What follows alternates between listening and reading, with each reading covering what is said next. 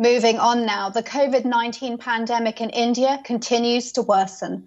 The country continues to report more than 300,000 cases every day. The death toll has surged past 200,000. For now, there seems to be no end in sight, as India's health system fails to deliver during the crisis. The international community is stepping up to offer humanitarian aid. Russia sent the first batch of medical aid to India. The 22 tons of cargo is to be airlifted to New Delhi. It includes oxygen generators, ventilators, medicines, and other supplies required to deal with the crisis. Russian ambassador to India has said that Russia is closely watching the situation in India. Nikolai R. Kudashev empathized with the Indian people who are currently dealing with an unprecedented spread of COVID-19 and a health infrastructure that is on the brink of collapse. Dear friends, Russia is closely watching the situation in India, which is becoming more and more alarming with unprecedented spread of the coronavirus infection. We sincerely empathize with the Indian people due to our traditionally warm and friendly relations. The Russian Federation decided to send humanitarian assistance to India in the spirit of the special and privileged strategic partnership between our two countries, as well as in the context of our anti-COVID-19 cooperation. Now, Russian President Vladimir Putin spoke with Indian Prime Minister Narendra Modi over the phone. The two leaders discussed the ongoing COVID-19 situation. Putin expressed solidarity with the people of India. He conveyed that Russia would extend all possible support. The United States is sending supplies worth more than $100 million to India.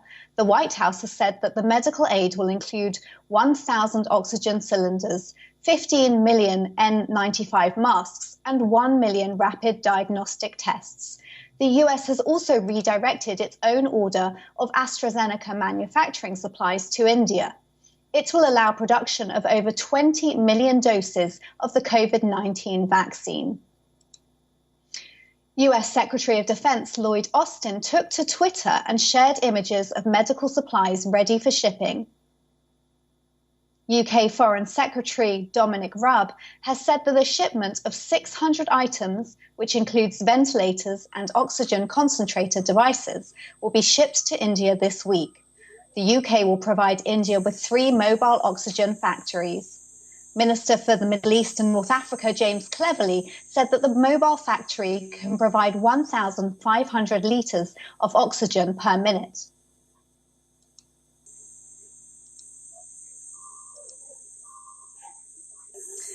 Bangladesh has expressed deep sorrow and condolences. The country has offered medical equipment and medicines, including 10,000 vials of injectable antiviral, oral antiviral, 30,000 PPE kits, and several thousand zinc, calcium, vitamin C, and other necessary tablets. The Norwegian government has announced a contribution of $2.4 million towards COVID relief in India. The assistance will be channeled through the World Health Organization and the International Federation of the Red Cross. The contribution will be used to scale up ambulance services, blood donation services, medical helplines. The aim is to buy equipment like oxygen tanks for ambulances and procure and distribute hygiene products to migrant workers and other vulnerable groups. The Swiss Embassy in India has said, Switzerland, through the Swiss humanitarian aid, will send medical supplies to India.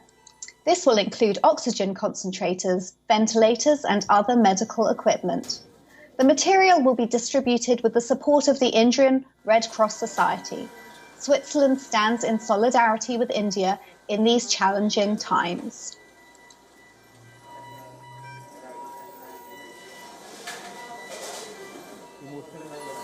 Indians from the million-strong expat community in the UAE, stranded in their homeland during a catastrophic coronavirus surge, are swamping private jet operators with requests to whisk them back to safety. An estimated 3.5 million Indians, live and work in the United Arab Emirates. The latest suspension in flights that came into force Sunday has shut down some 300 commercial flights that operated weekly on one of the world's busiest air corridors. The sudden move has stranded members of long-settled wealthy families who travel to India for holidays, work, or on medical emergencies. Labourers on short-term contracts have also been affected. Many are now in a panic as cases in India skyrocket. Fearing a prolonged flight ban between India and the Gulf state, expats aim to use an exemption for private business planes that was also in effect last year during the first wave of the global crisis.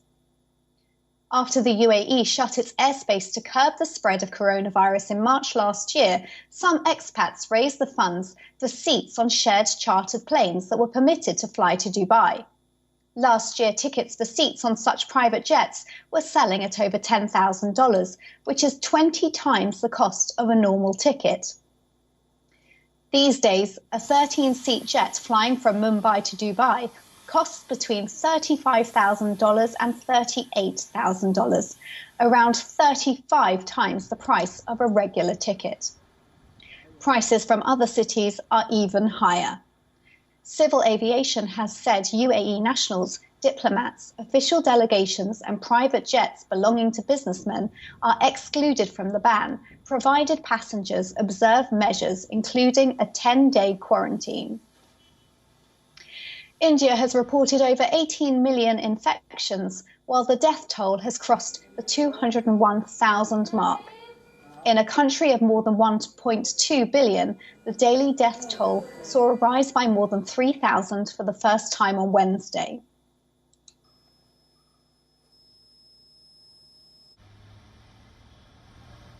Yes. Is it Guiyang?